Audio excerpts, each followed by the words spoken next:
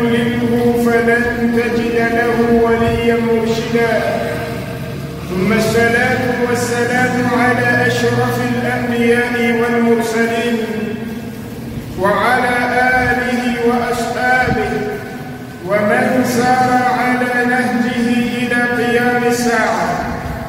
أما بعد، قال الله تعالى: يا أيها الذين آمنوا اتقوا الله حق تقاته ولا تموتن إلا وأنتم مسلمون. وقال أيضا: يا أيها الناس اتقوا ربكم الذي خلقكم من نفس واحدة وخلق منها زوجها وبث منهما رجالا كثيرا ونساء واتقوا الله الذي تساءلون به والأرحام إن الله كان عليكم رقيبا. وقال أيضا: يا أيها الذين آمنوا اتقوا الله وقولوا قولا سديدا يصلح لكم أعمالكم ويغفر لكم ذنوبكم ومن يطع الله ورسوله فقد فاز فوزا عظيما. نسأل الله تعالى أن يجعلنا من الفائزين. عباد الله، أوصيكم ونفسي بتقوى الله عز وجل، فقد فاز المتقون، حيث قال الله تعالى: إن للمتقين مفازا. ndugu zangu katika imani, baada ya kuzipeleka shukurani za dhati kwake yeye Allah subhanahu wa ta'ala, shukurani ambazo hakuna kiumbe anayestahili kupewa asiyekuwa Allah subhanahu wa ta'ala, kisha tukamtakia rehema na amani kiongozi wa umma mtume wetu Muhammad sallallahu alayhi wasallam. Nachukua fursa hii kwanza kabisa kuinasihi nafsi yangu pasipo kuzisahau nafsi zenu katika swala zima la kumcha Allah tabaraka wa taala. Limadha? Lianna taqwa sababu alfawzi wan-najat, kwa sababu takwa ndiyo sababu pekee ya mafanikio ya mja katika maisha haya ya dunia, na takwa ni sababu pekee itakayompelekea mja kuweza kuepuka adhabu ya Allah subhanahu wa ta'ala yauma liqaihi, siku ya kukutana naye. Hivyo basi, tunapokutana katika hizi manabir na mikusanyiko mbalimbali, jambo la kwanza kabisa ni kuzinasihi nafsi zetu na swala zima la kumwogopa Allah subhanahu wa ta'ala, kwa sababu kumwogopa Allah ndiyo sababu ya mafanikio ya mja hapa duniani na kesho akhera. Ama leo hii, ndugu zangu katika imani, ikiwa leo ni siku ya Ijumaa tarehe 11 ya mwezi wa 4 katika mwaka 2025, leo tutazikumbusha nafsi zetu katika nukta inayosema khulqun fil haya, tabia ya haya, kwamba haya ni tabia njema. Alhaya khulqun fadilun fi hayati al-insaniya, kwamba tabia ya haya ni tabia iliyokuwa njema katika maisha ya mwanadamu au ya mwanadamu, kwamba haya ni tabia njema katika maisha ya kila siku ya mwanadamu anayoishi katika maisha haya ya kila siku. Ayuha nnasu ittaqullaha ta'ala, enyi waja wa Allah subhanahu wa ta'ala, jambo la kwanza ni kumwogopa Allah subhanahu wa ta'ala. Wastahayu minhu haqqa al-haya, ikishakumcha Allah subhanahu wa ta'ala, kisha mstahi Allah ukweli wa kumstahi Allah. Muone haya Allah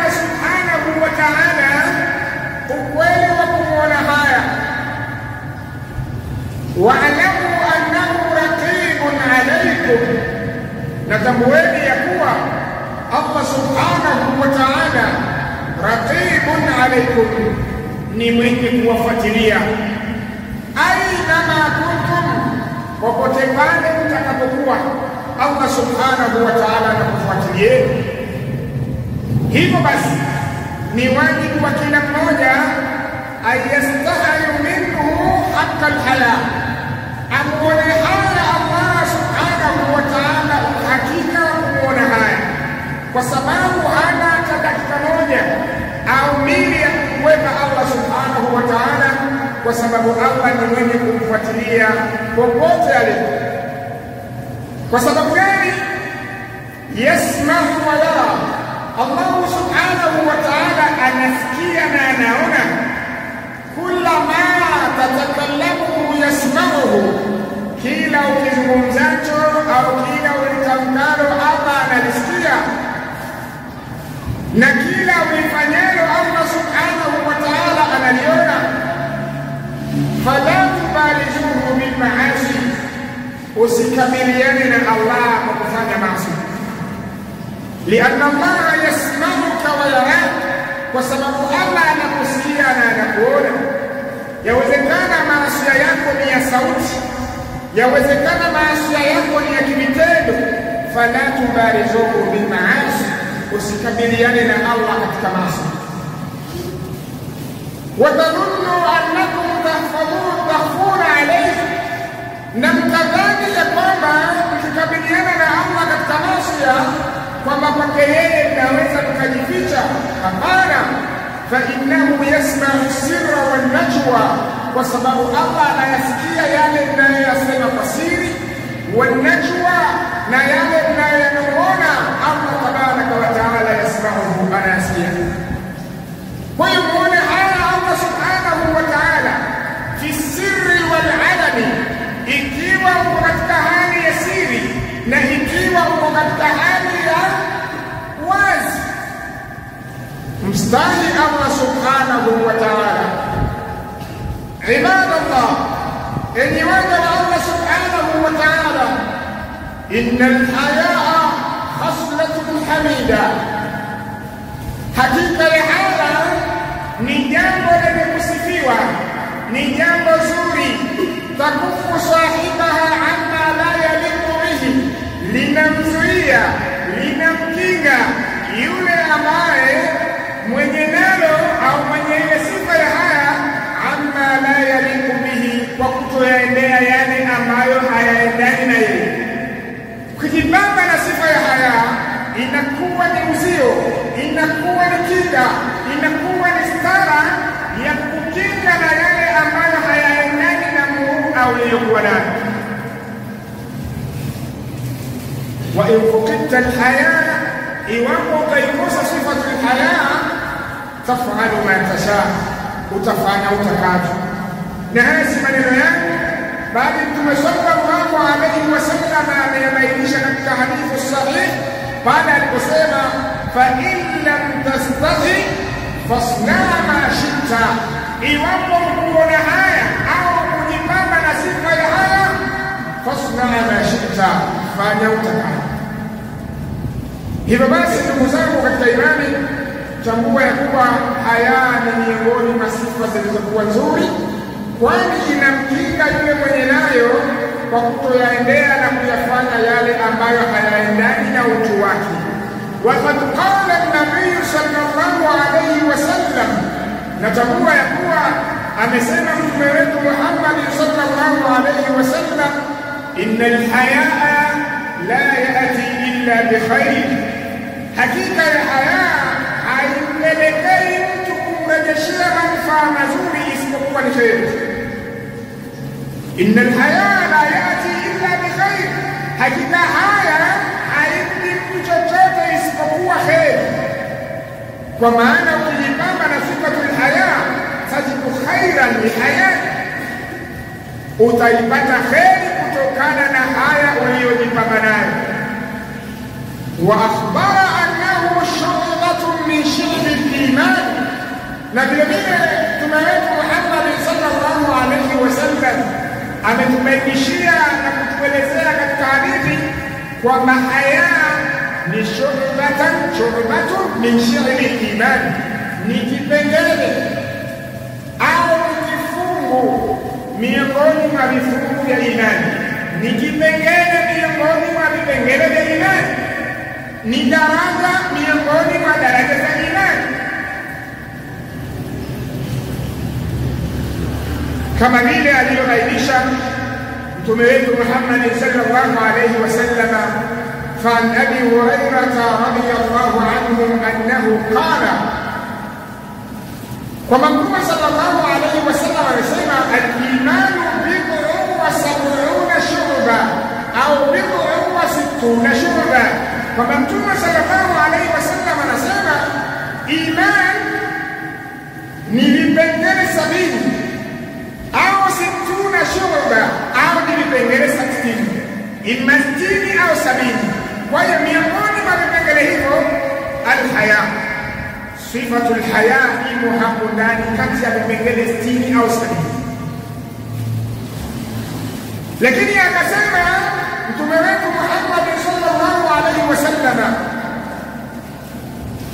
afdaluha, miongoni mwa vipengele hivyo 70 au 60, kilichokuwa bora kuliko vyote, afdaluha qawlu la ilaha illa Allah, ni kauli ya la ilaha illa Allah.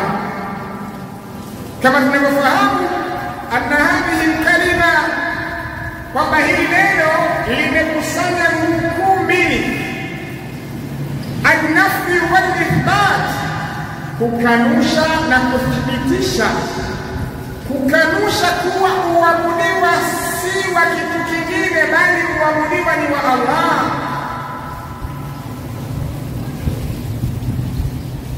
na kuthibitisha kwamba muabudiwa si mwingine bali ni Allah.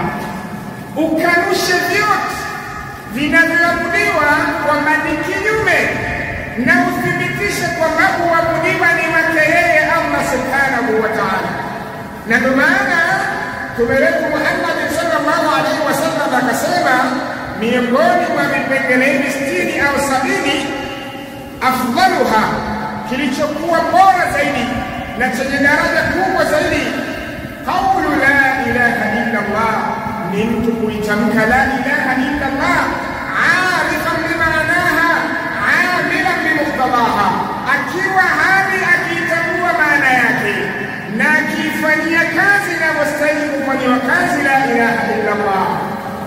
Lakini vile mtume wetu Muhammad sallallahu alaihi wasallam akaendelea akasema wa adnaha, na kipengele cha mwisho kabisa miongoni mwa vipengele 70 au 60 vya imani, imatatul adha an tariq, ni mtu kujidhalilisha, kayaondosha maudhi ndani ya njia. Mtu kajisaidia, umekuta matawi ya mti yako katika njia ameziba wakitani, basi wewe ukakatisha safari yako ukaondoa yale maudhi. Hadha min shi'ri imani, hili ni katika vipengele vya imani 70 au 60. Vile vile mtume wetu Muhammad sallallahu alaihi wasallam akabainisha walhayau shu'batun min al-iman. Licha ya yote tuyaeleza, pia katika hadithi anabainisha walhaya shu'batun min al-iman, na haya vile vile ni katika vipengele 70 vya imani. Tumuombe Allah tujalie ni mimma yastahiyuna min Allah haqqa istihya'ihi, tumstahi Allah ukweli wa kumstahi, kwani tutakuwa tumejinyakulia kipengele miongoni mwa vipengele vya imani. Angalia kuonyesha kwamba alhaya sifatun hamida, ni sifa iliyokuwa bora, inayokubalika mbele ya Allah na inayokubalika mbele ya mtume wetu Muhammad sallallahu alaihi wasallam.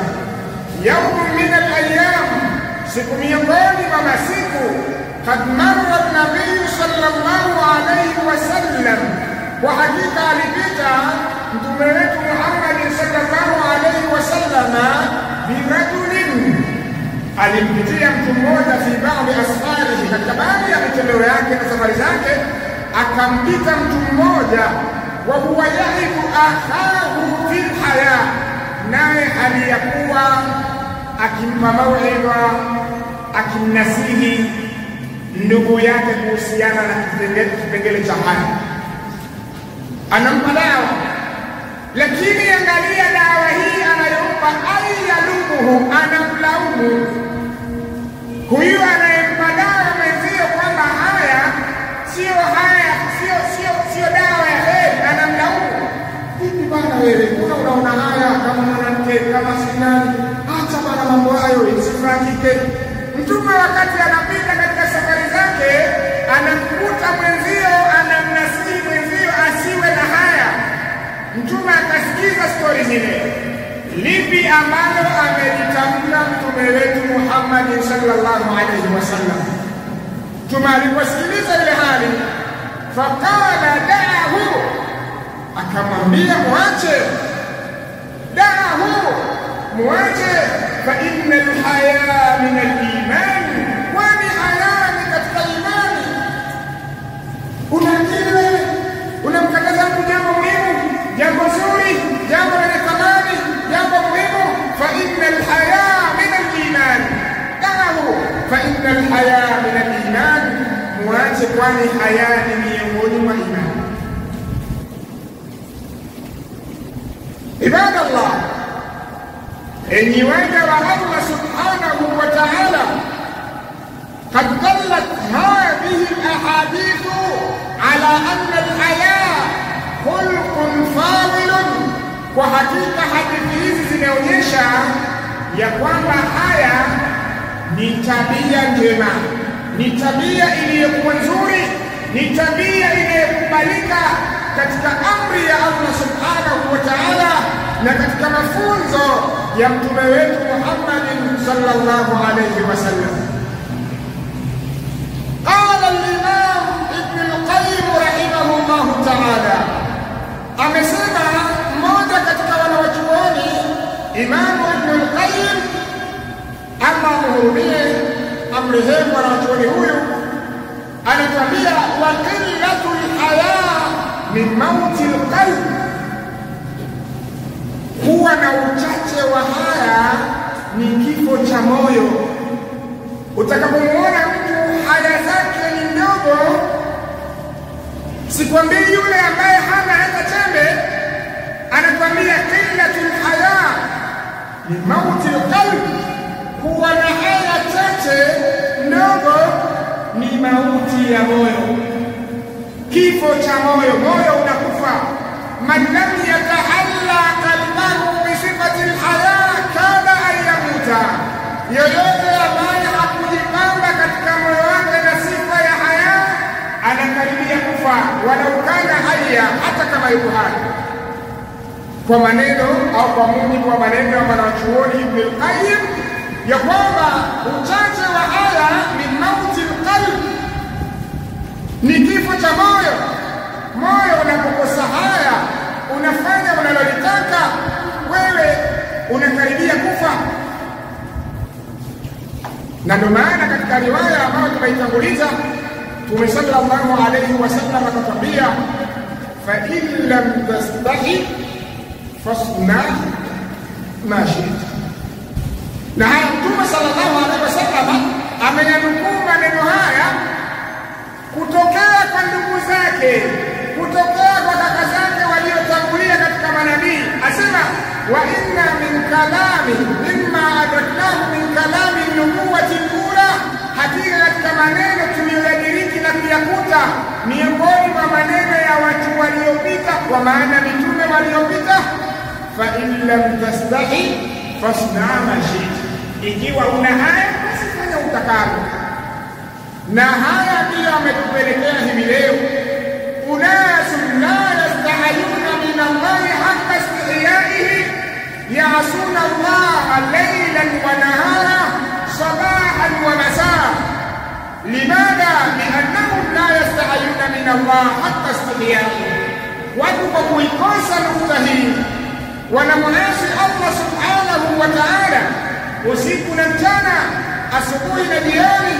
Kwa sababu gani? Liannahum la yastahiyuna min Allah haqqa istihya'i, kwa sababu wao hawamuoni haya ukweli wa kumuona haya. Haya ikiondoka, kila mmoja ataweza kufanya lolote linalokuja mbele yake. Vile vile ndugu zangu katika imani,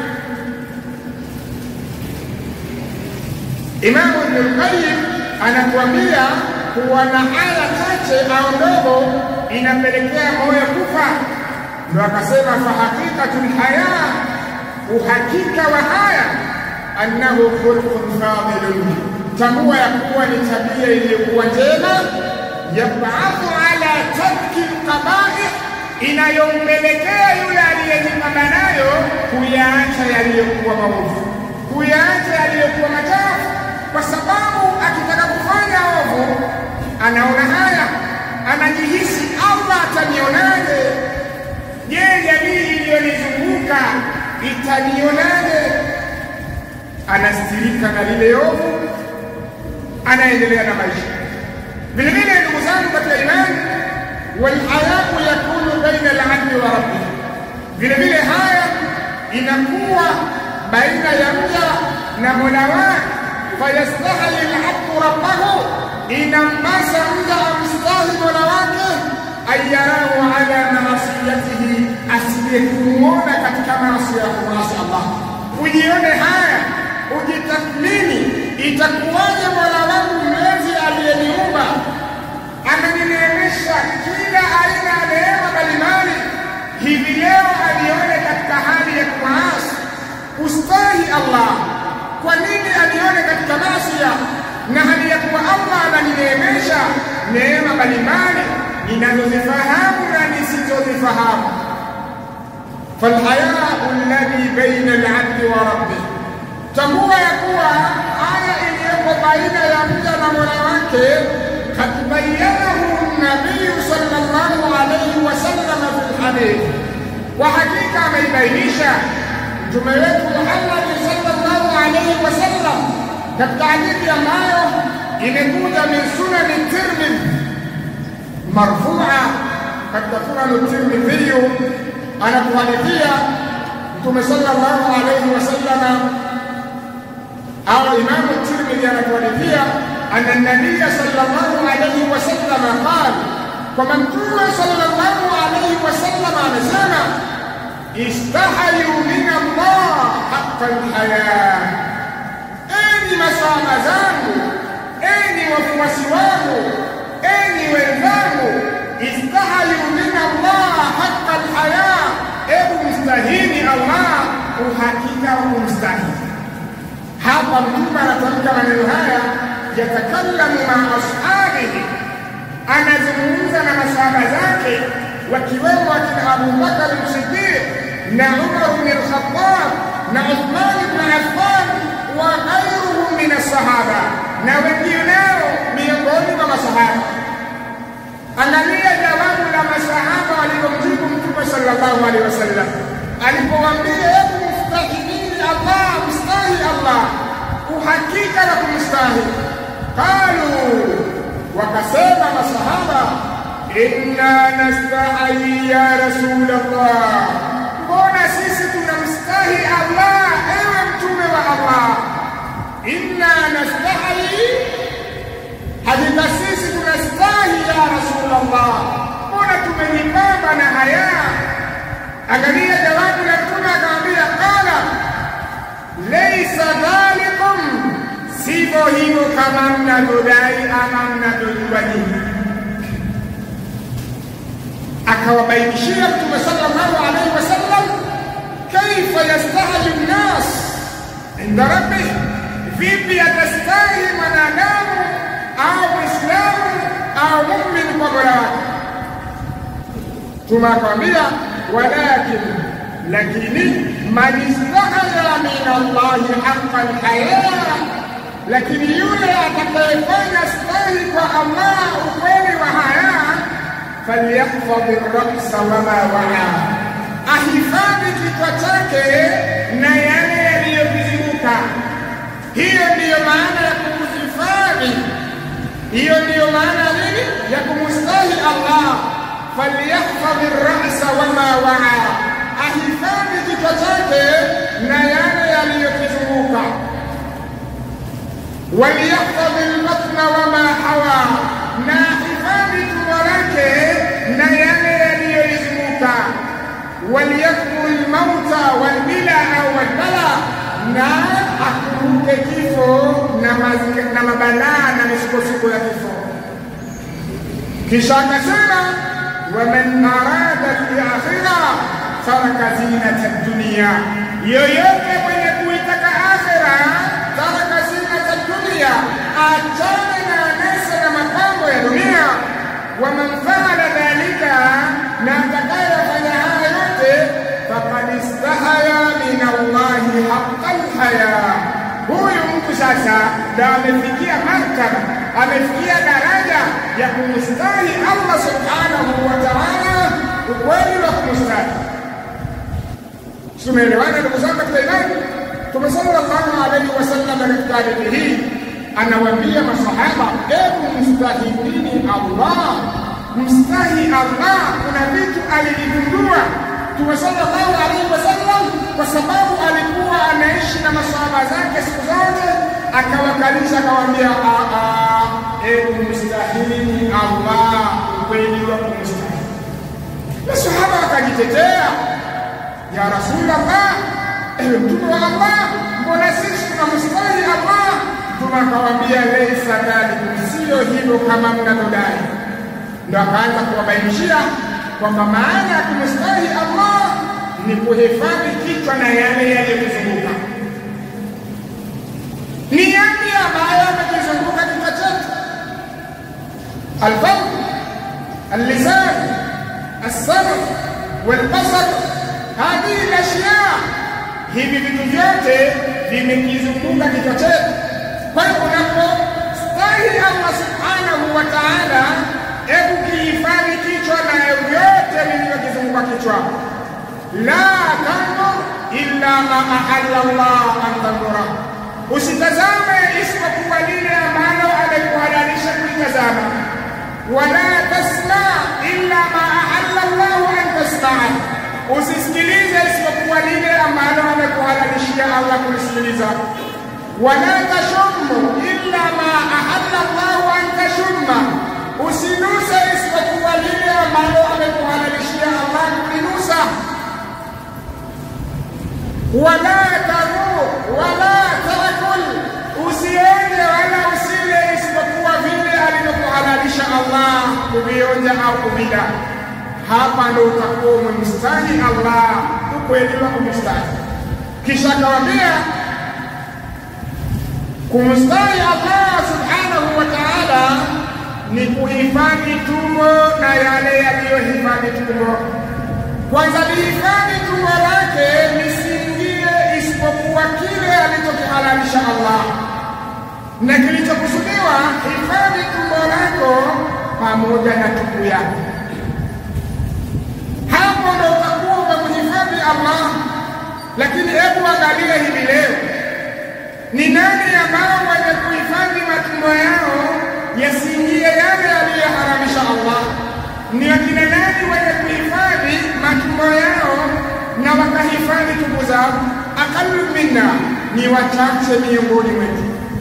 Vile vile Mtume sallallahu alayhi wasallam akatuambia kwamba waliyadhkuri al-mauta wal-bidaa wal-maut, na kumbukeni mauti pamoja na misukosuko ya mauti. Hapo ndo mtakuwa mmeweza kufanyaje kumstahi Allah. Limadha? Lianna al-mauta yati baghtatan. Jamani, kifo kinakuja ghafla, tuwe makini, tumstahi Allah kwa kukumbuka mauti na misukosuko ya mauti, kwani utambue ni wakati gani mauti yatakufikia. Kam minan nasi kanu yaishuna bada, ni wangapi katika sisi tulikuwa tukiishi nao, wa hum asihha, na hali ya kuwa afya zao ni njema, matu min ghairi illatin, wamekufa pasipokuwa na ila yoyote. Wa kam min sahih wa kam min dhaif wa kam min marid au sakin aashu hinun min ad-dahr wangapi waliokuwa wagonjwa lakini leo wameishi miaka kibao. Kwa hiyo ukasema umauti unamwendea mgonjwa, unaweza ukapigia wewe aliye mzima. Hivyo basi kumhifadhi Allah au kumstahi Allah ni kuhifadhi tupu zetu na matumbo yetu na kichwa na aliyozunguka kichwa, pamoja na kuhifadhi au kukumbuka umauti na misukosuko yake. Vile vile akatwambia yoyote mwenye kuitaka akhera, maana yake mwenye kutaka salama ya akhera ni yule ambaye taraka zinata dunia, ataachana na vishawishi vya dunia, ataachana na zaharatul haya ad-dunya, mambo ya kidunia. Huyu kwa hakika atakuwa amemhifadhi au amemstahi Allah. Ndio Mtume akasema faman fa'ala dhalika faqad istahaya min Allahi haqqa al-haya, atakayeyafanya haya tuliyobainisha katika hadithi hii, kwa hakika huyu amefikia daraja ya kumstahi Allah tabaraka wa taala. Tumuombe Allah atujalie mimman yastami'una al-qawla fayattabi'una ahsana. بارك الله لي ولكم بالقرآن العظيم ونفعني وإياكم بالآيات والذكر الحكيم. آمين.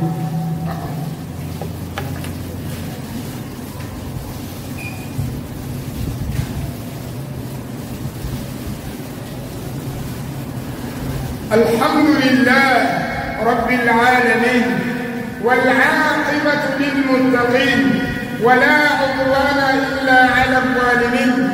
أشهد أن لا إله إلا الله وحده لا شريك له، وأشهد أن محمدا عبده ورسوله صلوات الله وسلامه عليه وعلى آله وأصحابه ومن تبعهم بإحسان إلى يوم الدين. أما بعد، ndugu zangu katika imani, kama tulivyosema, anna alhaya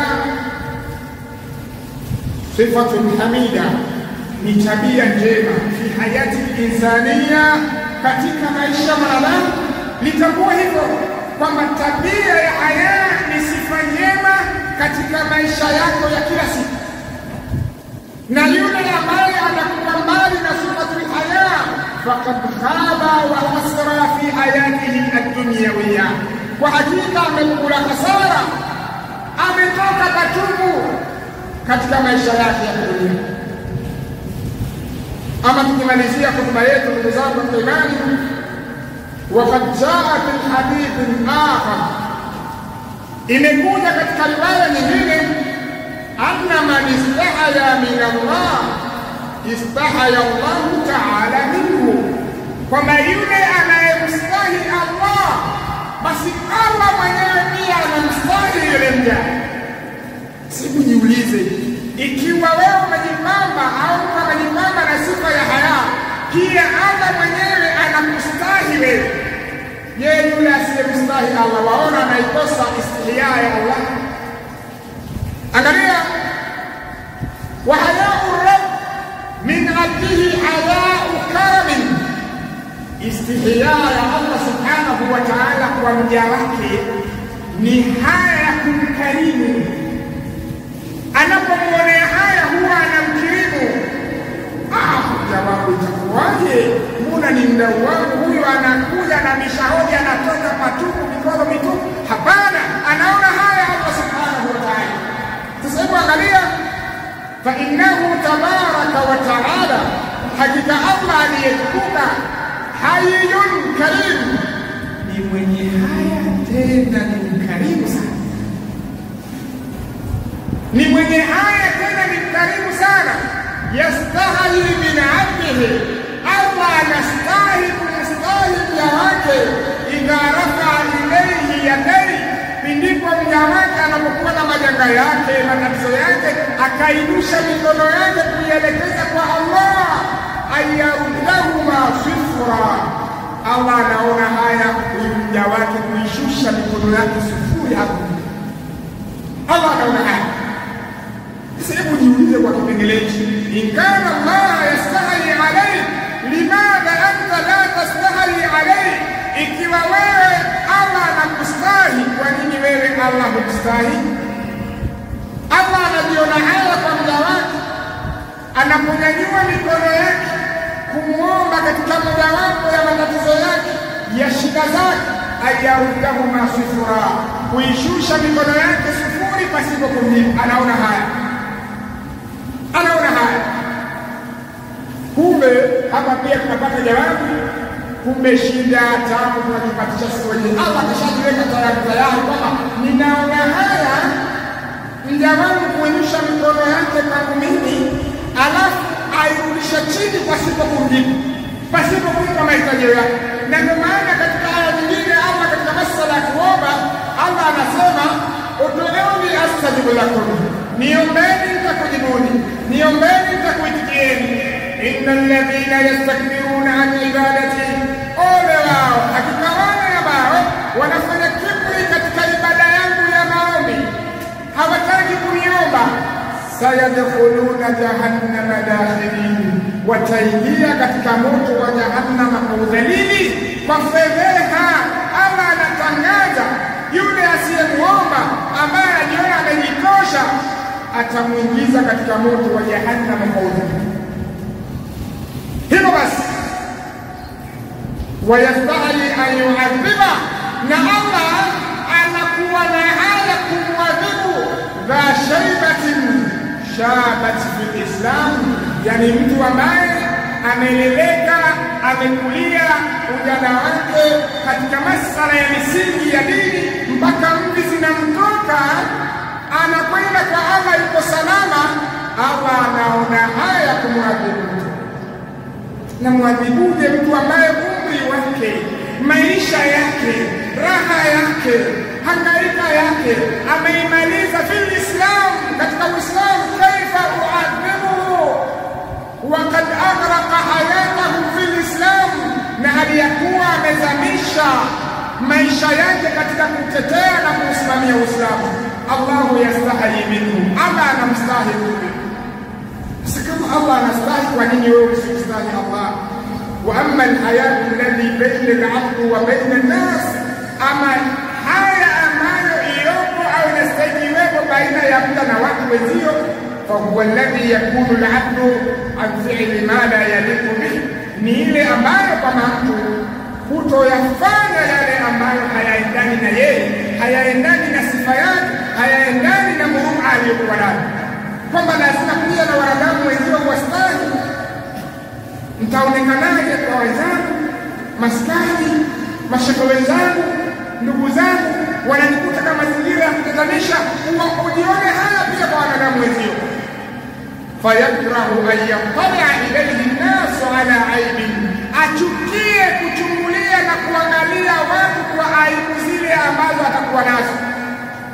Lazima awe na haya, ili watu itakuwaje wachungulie aibu zangu, wazione dosari zangu. Akilifikiria hilo, ataishi mbali na maasi, ataishi mbali na kumwasi Allah, ataishi mbali na kuwakwaza wenzio, ataishi mbali na kukwazana na wenzio.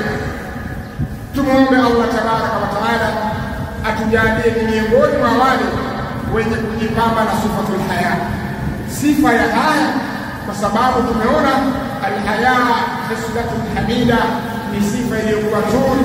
Yajibu ala kulli muslimin an yatahalla biha, ni wajibu kwa kila mmoja ajipambe nayo, liyakuna min alfaizin, ili awe ni miongoni mwa wale wenye kufuzu inda Allahi tabaraka wa taala, mbele ya Allah subhanahu wa taala. Inna Allaha wa malaikatahu yusalluna ala an-nabi ya ayyuhalladhina amanu sallu alayhi wa sallimu taslima. Allahumma salli ala Muhammad wa ala ali Muhammad kama sallaita ala Ibrahim wa ala ali Ibrahim innaka Hamidum Majid. Allahumma arda 'an al-khulafa'i al-arba' Abi Bakr wa Umar wa Uthman wa Ali radhiyallahu alayhim ajma'in. Allahumma sahhil lana mimma nurid wa najjina mimma nakhaf bifadlika ya latif برحمتك يا أرحم الراحمين. اللهم اجعلنا من المحسنين، اللهم اجعلنا من المتقين.